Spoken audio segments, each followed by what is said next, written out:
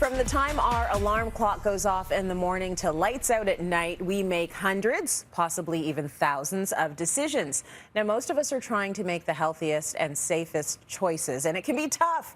So what if someone told you that many of those healthier and safer decisions you are making simply aren't? That's what author Timothy Caulfield is telling us in his new book. He joins us now to discuss Relax, Damn It, a user's guide to the age of anxiety. Hey, Tim, how are you? I'm good. Thanks for having me on. It's good to have you back in here. I know you're not in studio with us this time, but at least we can still chat. In this book, you pull back the curtain on how so many of our actions and our habits and daily decisions are based to a certain extent on misinformation and fear-mongering. So I'm wondering if you can give us one of your favorite examples of this from the book. Oh my gosh, there's so many. Let's start with coffee. Let's start with coffee.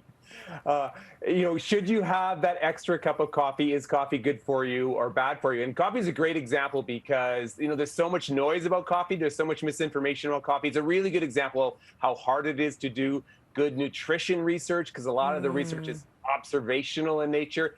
But the bottom line is coffee probably not bad for you, likely good for you. So drink up. Oh, that makes me so happy. Let's talk about chocolate bars. Just joking. I'm always going to eat them. I love them. Now, what I love about this book is that you're pointing to a less stressful way forward, which particularly after 2020 is something that I think we all need. So a lot of takeaways related to this, but what do you hope most of all people will walk away with after reading your book? Yeah, the book is really a story about the social forces that impact our decisions. And the gimmick, as you know, it takes place over a typical day and all the decisions that we make throughout the day, big and small. And I really wanted to highlight how these social forces can, lead us in the wrong direction, as you noted in the introduction, but also kind of stress us out and make those decisions seem more difficult. So I really want to map this easier way forward, and I want to give people critical thinking skills. Look, I know everyone doesn't make decisions based on science. There's a lot going on there, but I thought it was a good excuse to talk about the role of misinformation, the role of fear mongering, the role, a little bit of ideology in there too, and how it influences us in a usual day.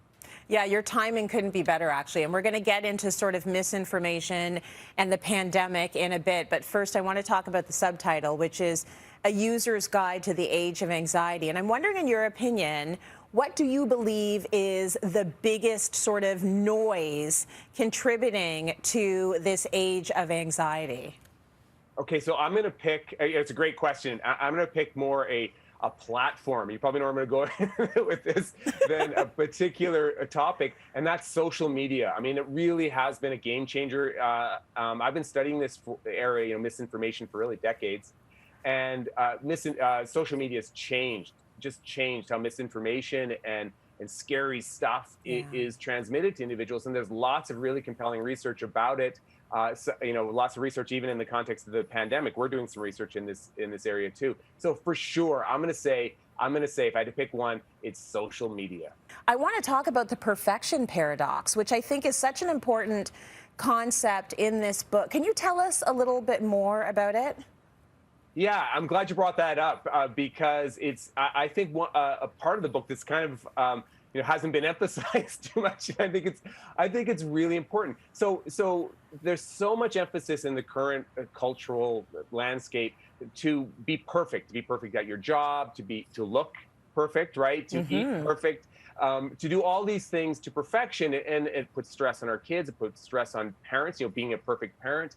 And by the way, social media is part of that story, right? Social comparison. There's this perfect lifestyle that you're supposed to aspire to. And there's really interesting research that talks about how that does stress us out.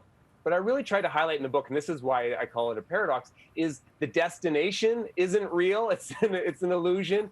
And the idea that getting to that destination is going to make you happier, feel more fulfilled is also an illusion. So the whole thing is a bit of a paradox, and I think it can be really, really harmful.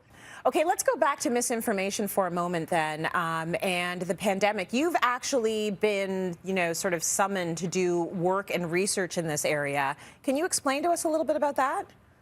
Yeah, so our team, I've got a wonderful interdisciplinary team, have been doing research on misinformation in the context of COVID. And we started, we were lucky to get the research grants really early days. And holy cow, even then, so it was February, March, I never anticipated it was going to get this bad. Like, it's been insane. So we've been studying misinformation, how it's being spread.